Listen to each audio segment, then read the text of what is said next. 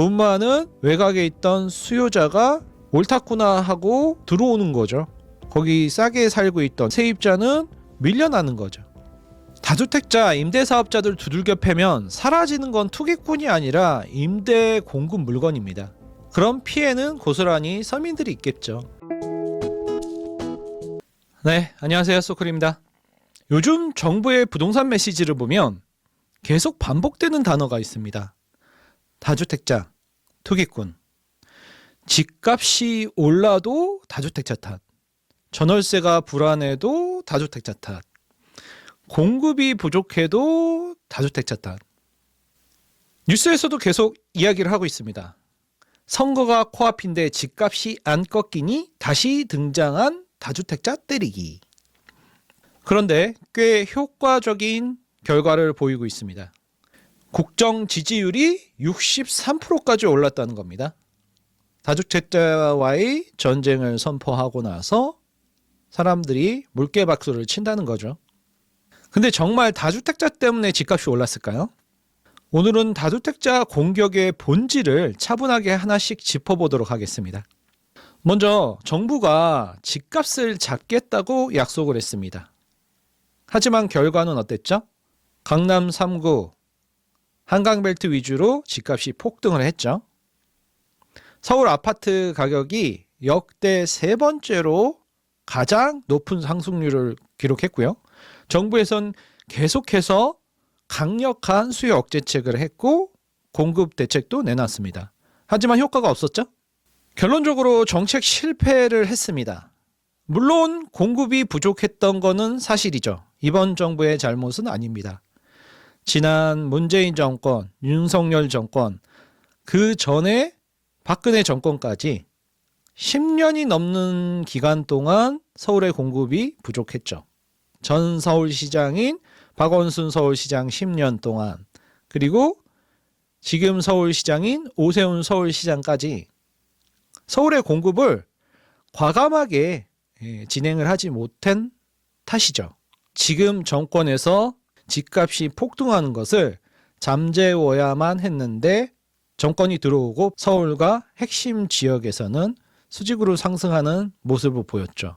앞으로 지방선거도 6월 초라서 코앞에 다가왔는데 집값은 폭등하고 공급대책은 마땅하지 않고 전월세 가격까지 들썩이니 정부에선 특단을 대책을 내릴 수밖에 없었습니다. 가장 쉬운 방법인 책임 떠넘기기, 특정 집단에게.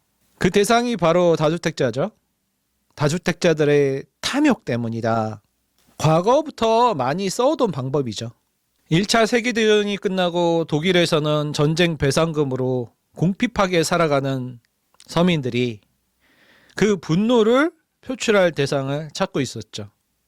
거기에 나치가 등장하면서 이 모든 힘든 건 유대인 탓이다. 그렇게 해서 2차 세계대전이 시작이 됐죠. 역사는 반복됩니다.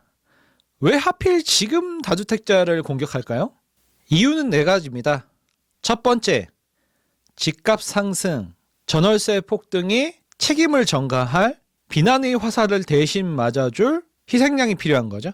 둘째, 집을 많이 갖고 있는 다주택자, 임대인, 무주택, 전월세 서민. 이 대결 구조는 감정 프레임을 만들기 굉장히 좋죠.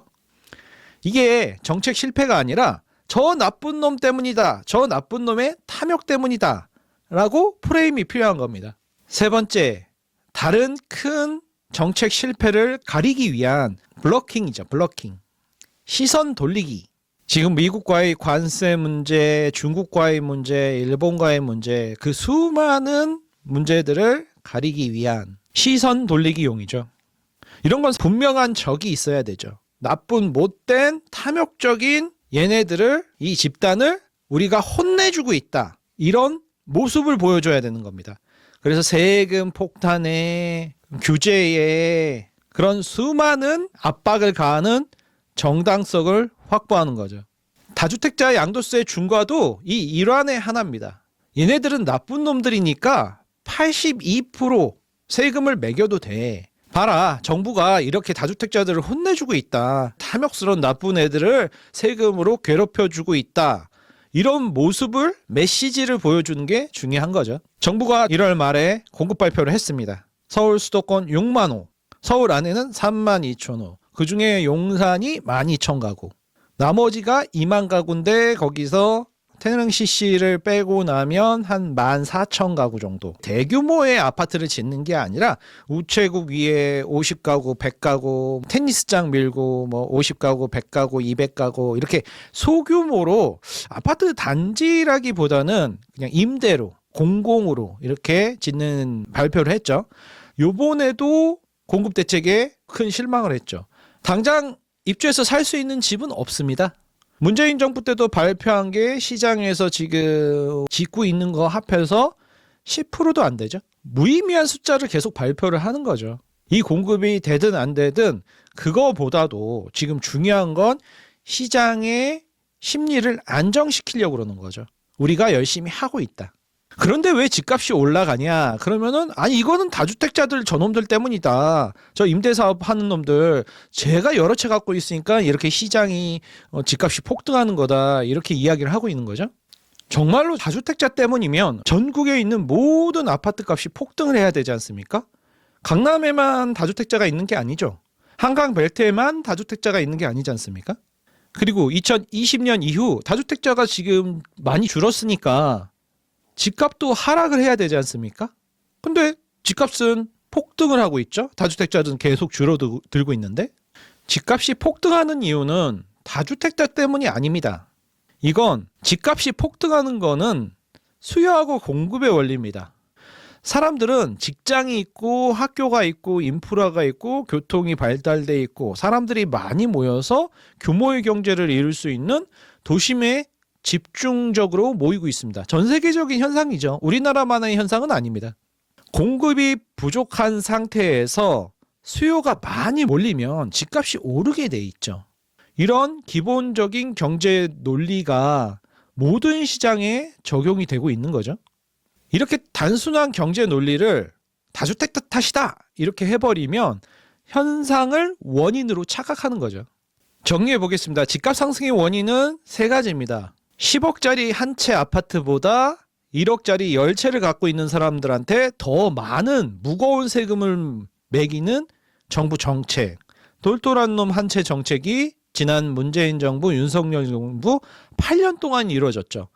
다주택자를 때려잡고 똘똘한 놈 한 채 우대 정책으로 많은 다주택자들이, 임대사업자들이 전월세 놓던 물건들을 팔아버리고 똘똘한 한 채로 돈을 모아서 1억짜리 10채보다 10억짜리 한 채, 20억짜리 한 채로 갈아타기 때문이죠. 두 번째, 전 서울시장, 박원순 서울시장, 오세훈 서울시장 약 15년 동안 서울의 재개발 재건축을 봉쇄했죠. 서민도 저렴한 집에서 살아야 된다 하면서 서울 창신동 같은 언덕백이 다 쓰러져가는 40년 된 빌라들의 골목길에 100억 원어치 페인트를 칠하면서 이렇게 아름다운 달동네, 꽃동네 만들면서 계속 서울을 노후화를 방치했죠.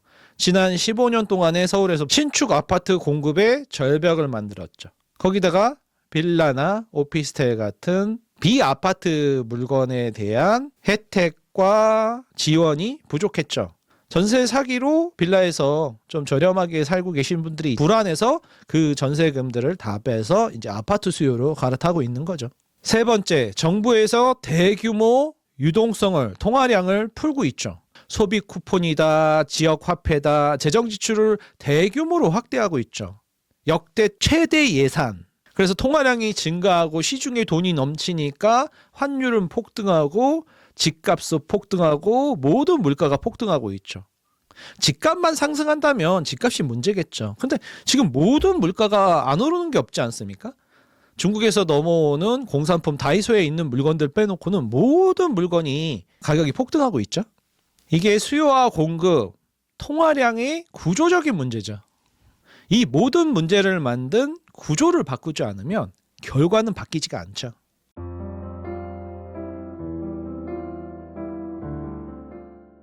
그러면 어떻게 해야 될까요? 우선 임대사업자와 투기꾼을 구분을 해야 됩니다. 단타 투기를 하는 사람들은 사서 팔아서 차익을 먹겠다 이러면서 치고 빠지죠. 계속 매집을 하고 매도를 하고 그래서 시장을 교란시키죠. 하지만 민간 임대사업자는 어떻습니까? 집주인 아저씨가 신혼부부한테 세를 주고 그거 팔려고 산 게 아니라 계속 임대만 주는 거잖아요.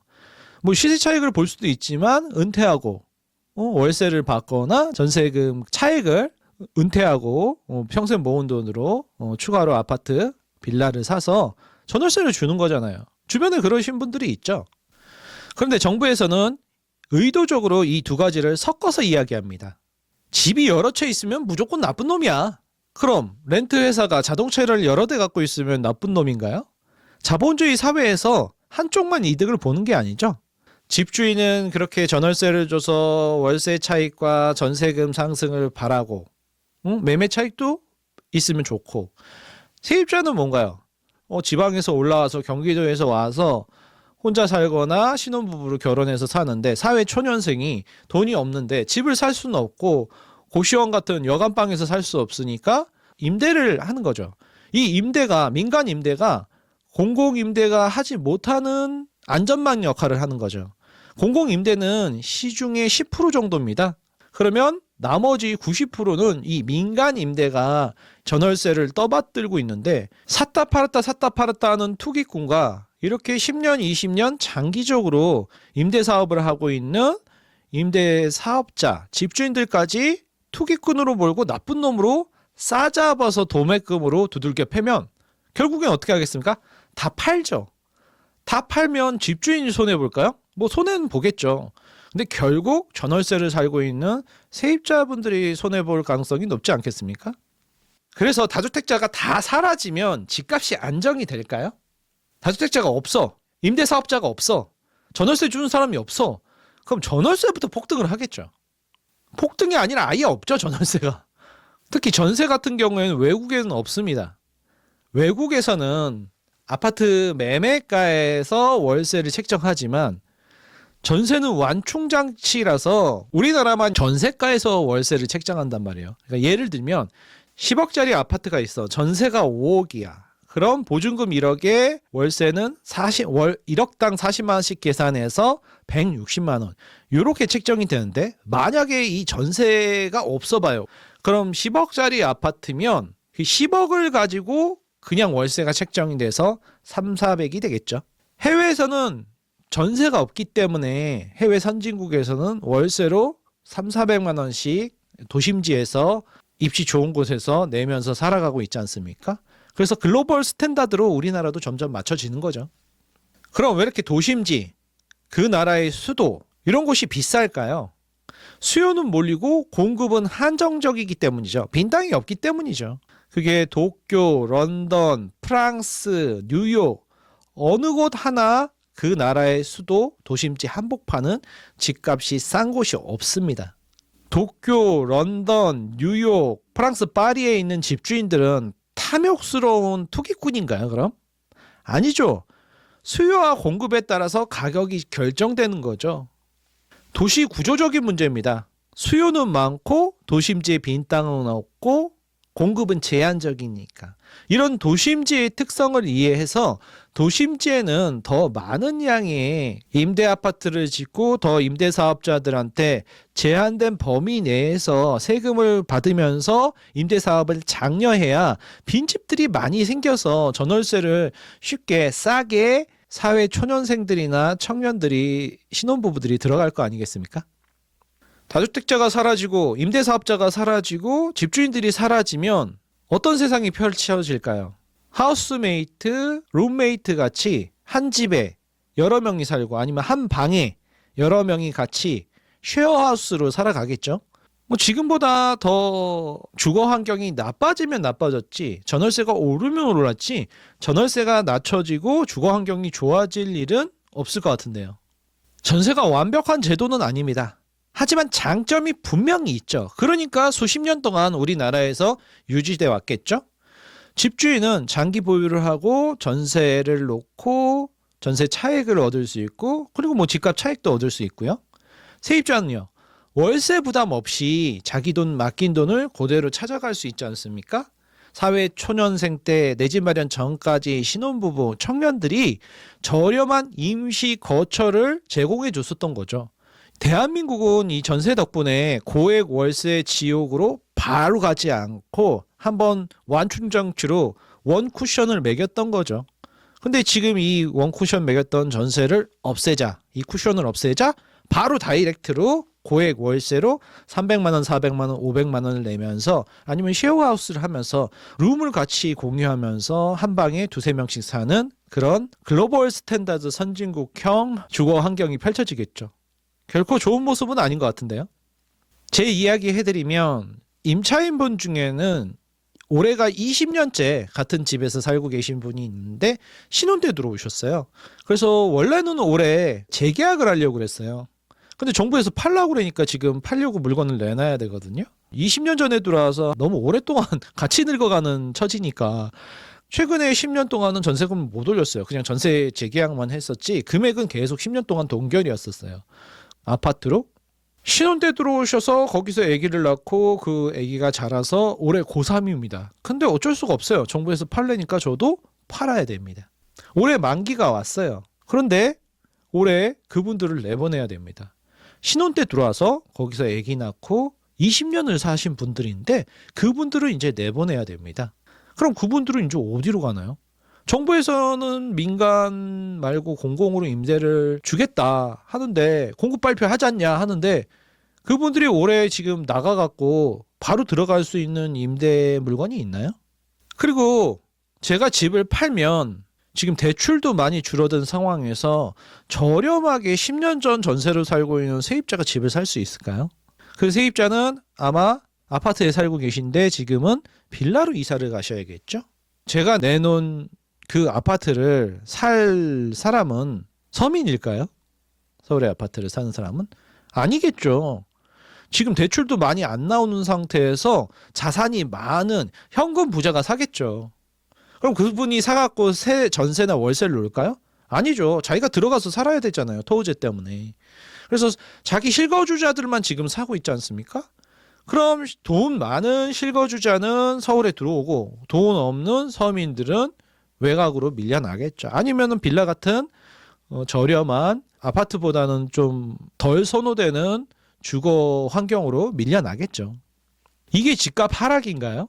아니면 임대 공급인가요? 집값을 낮추는 것도 아니고 임대 물건을 하나 공급하는 것도 아니잖아요. 오히려 임대 물건 하나를 없애버리는 거죠. 돈 많은 외곽에 있던 수요자가 옳다구나 하고 들어오는 거죠. 거기 싸게 살고 있던 세입자는 밀려나는 거죠. 다주택자 임대사업자들 두들겨 패면 사라지는 건 투기꾼이 아니라 임대 공급 물건입니다. 그런 피해는 고스란히 서민들이 있겠죠. 정부의 의도는 명확합니다. 집값과의 싸움 프레임에서 이제 청년을 위해서 다주택자들과의 싸움으로 다주택자들을 두들겨 패겠다. 전형적인 프레임 옮기기죠.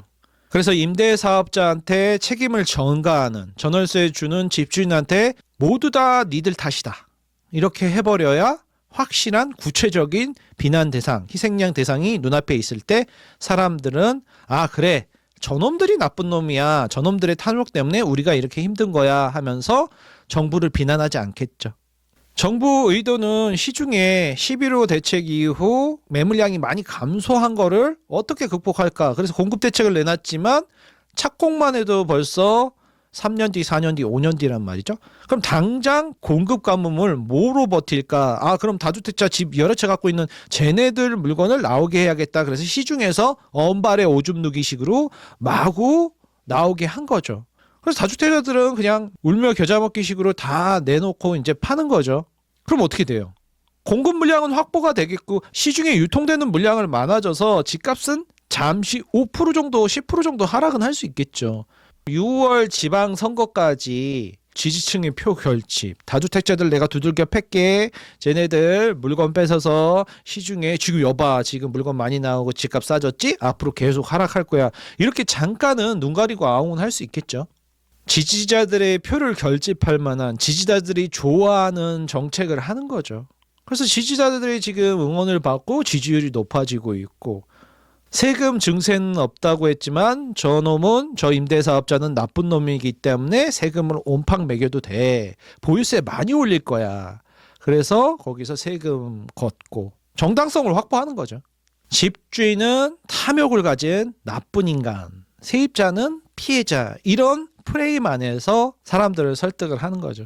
그런데 문제는 집값 해결에는 도움이 안 되고 감정적으로만 보듬어 줄 뿐이죠.